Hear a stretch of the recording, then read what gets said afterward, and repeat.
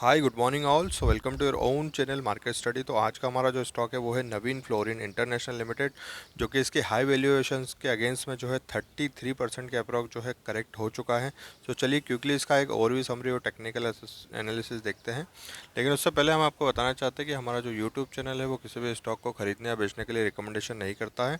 अगर आप किसी भी स्टॉक के प्रति इंटरेस्टेड तो ज़रूर आपके फाइनेंशियल एडवाइजर से कंसल्ट करिए।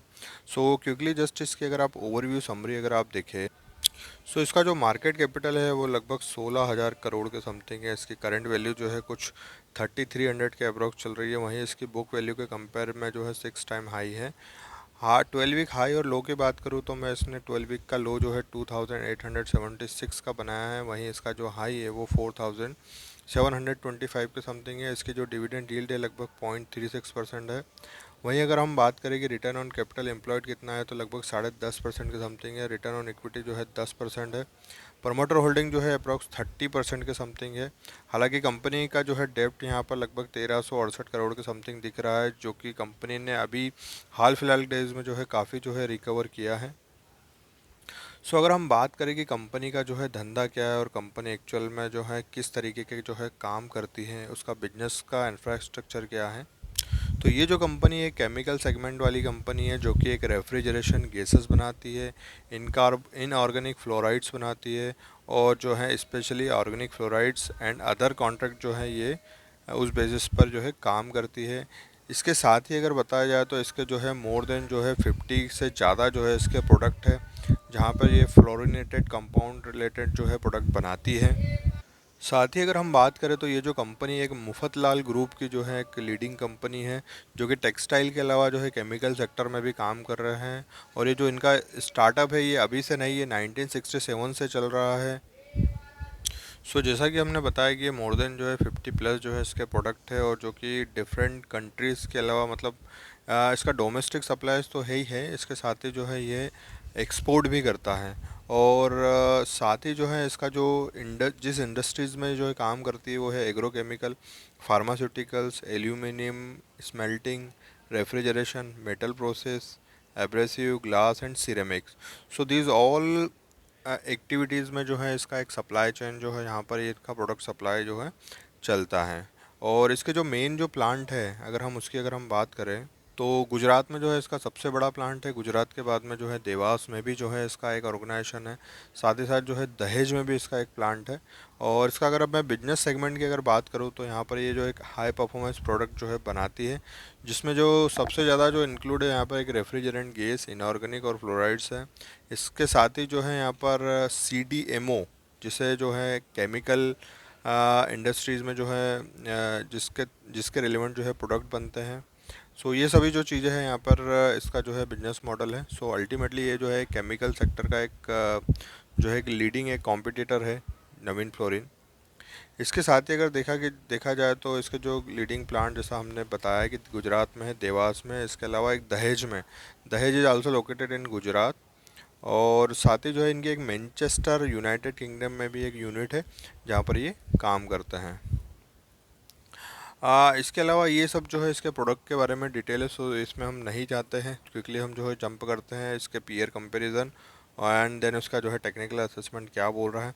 पीयर कंपैरिजन की अगर मैं बात करूँ तो पीडीलाइट इंडस्ट्रीज, SRF और लिंडे इंडिया ये सभी जो है इसके कॉम्पिटिटर है। और वहीं पर अगर मैं यहाँ पर नवीन फ्लोरिन की अगर मैं बात करूँ तो इसका जो पी है वो जो 75% के समथिंग है। प्रमोटर होल्डिंग जो है एज़ कम्पेयर टू पीयर जो है वो काफ़ी लो है, लगभग 29% के समथिंग है ओनली। वहीं इसका जो है अगर हम देखें तो इसका जो क्वार्टरली प्रॉफिट है वो जो है इसने नेगेटिव जो है पोस्ट किया है। और यही कारण है कि स्टॉक में जो है अभी तक जो है इसके हाई वैल्यूएशन से जो है लगभग जो है 33% का जो है स्टॉक करेक्ट कर चुका है। सो देखने लायक चीज़ें ये है कि जब भी जो है डाउन होता है तो उसके कंपेयर में जो है यहाँ पे स्टॉक हमेशा जो है कंटिन्यूसली जो है 1 to 2 मंथ जो है नेगेटिव ही रहता है। हमें जस्ट ये वेट करना है कि क्या अभी जो है मार्केट में सही समय आ चुका है जहाँ पर हम जो है इस स्टॉक में इन्वेस्टमेंट कर सकते हैं, क्योंकि ये जो स्टॉक है एक ब्लू चिप स्टॉक है। और कैसा दिख रहा है चार्ट पर, तो सबसे पहले हम जो है एक हायर टाइम फ्रेम में देखते हैं जो कि एक मंथली टाइम फ्रेम है। सो ये वाली जो एक डीप रेड वाली जो कैंडल बनी है ये अगस्त की कैंडल है, और आप देखोगे कि अगस्त की जो कैंडल है उसमें जो है रिजल्ट, सिंस इसका जो रिजल्ट आया था वो 31 जुलाई को पोस्ट हुआ था।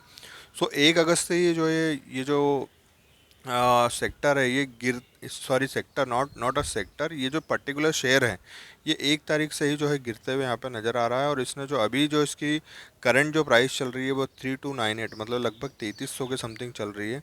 और यहाँ पर स्टिल जिस तरीके की ये जो कैंडल फॉर्मेशन हुई है यहाँ पर, सो यहाँ पर अभी still there is a chances कि यहाँ से ये जो स्टॉक है हमें जो है 3000 का जो है इसका पहला लेवल जो है बिल्कुल अपकमिंग समय में आता हुआ हमें दिखाई दे सकता है। और अगर 3000 का लेवल भी अगर करेक्ट होता है देन 100 नंबर जो है मुझे यहाँ पर नीचे की तरफ और एक्सपेक्टेड है। हालांकि इसका 2891 का जो यहाँ पर सबसे नीचे वाली जो लाइन है ये एक स्ट्रॉन्ग सपोर्ट यहाँ पर दिख रहा है। सो देखने लायक यही होगा कि यहाँ पर आगे जो है चल के यहाँ पर किस तरीके के जो है नंबर हमें दिखाई देते हैं। सो अभी के टाइम में जो है अगर मैं यहाँ पर अगर देखूँ तो यहाँ पर हमें जो है कुछ हमारी कैपिटल का, फॉर एग्जांपल हमारी अगर ए कैपिटल है और हम उसे अगर हम उसे इन्वेस्ट करना चाहते तो उसका हार्डली जो है यहाँ पर 10% ही हमें यहाँ पर यूटिलाइज करके स्टॉक में बने रहना चाहिए। उसके बाद वीकली टाइम फ्रेम में अगर देखेंगे इस स्टॉक को तो वो किस तरीके से दिख रहा है। सो वीकली टाइम फ्रेम में अगर आप देखोगे तो यहाँ पर जो है एक अ, जो है 2 कैंडल जो है कंटिन्यूसली रेड बनी है, उसके बाद एक जो कैंडल है यहाँ पे आपको ग्रीन बनती हुई दिखाई दे रही है।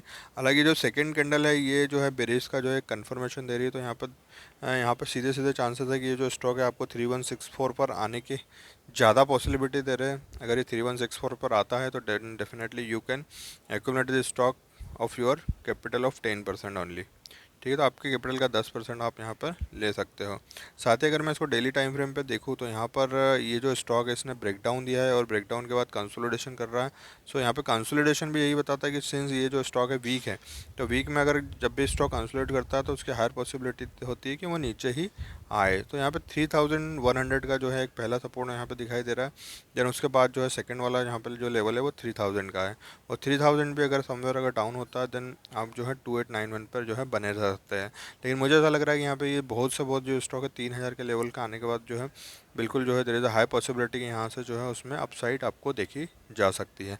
बट अभी भी जो स्टॉक है ऑलमोस्ट जो है 33% जो है इसके वैल्यूएशन के अगेंस्ट में जो है ऑलरेडी करेक्टेड हो चुका है। So there is a possibility कि यहाँ से जो है स्टॉक में जो है अपमूव जो है आपको देखने को मिल सकता है। सो होप आपको ये वीडियो अच्छा लगा होगा। अगर आपको ये वीडियो अच्छा लगा है तो please like this video, also subscribe my channel for getting the more updates. So thank you, bye.